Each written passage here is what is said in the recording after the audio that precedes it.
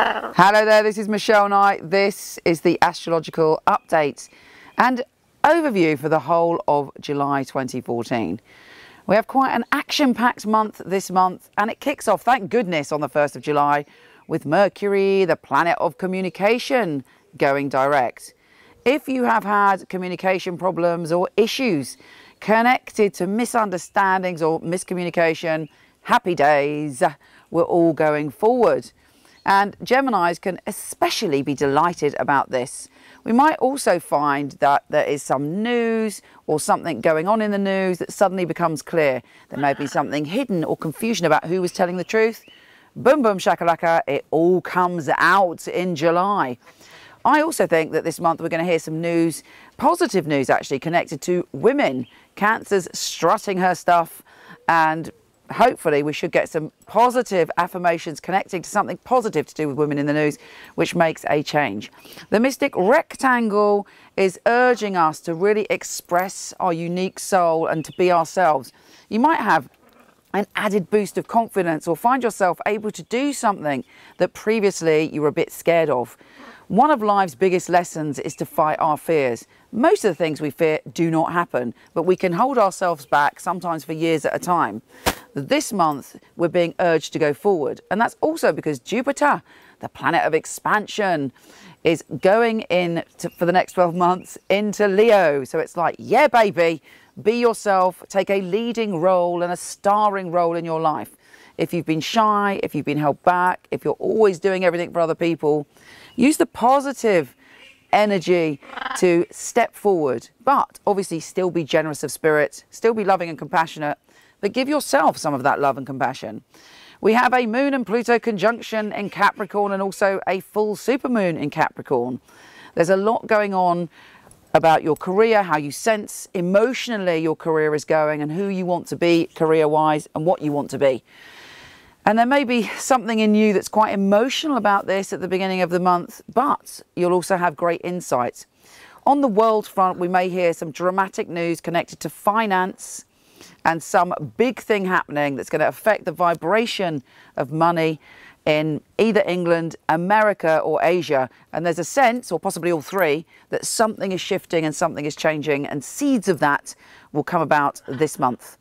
We have Saturn going direct in Scorpio, which is very big news.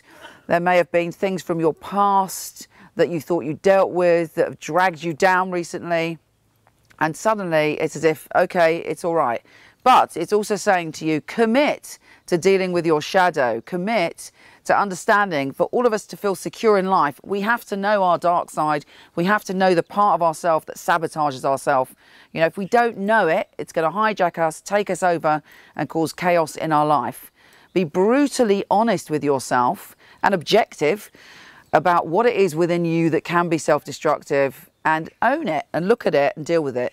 You don't actually have to tell anyone else about it, as long as you are aware of the things that you can do when you feel vulnerable, when you feel lost, when you feel frightened, when you feel powerless, that create chaos in your life. And there's great opportunity to bring all of yourself into the light, into an evolution of spirit this month.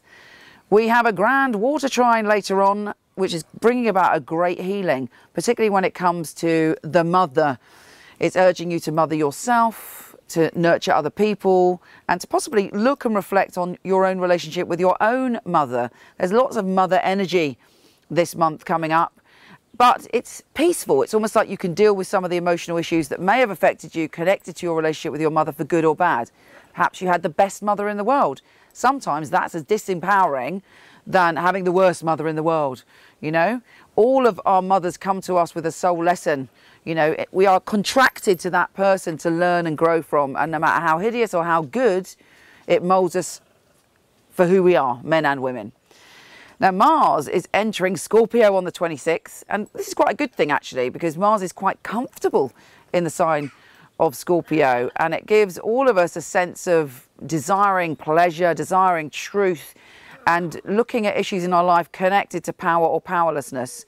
Now, it can be a little bit dodgy in the fact that there can be vengeance connected to that Mars. Then we may find at the end of the month that there is some kind of negative expressions of that Mars in Scorpio.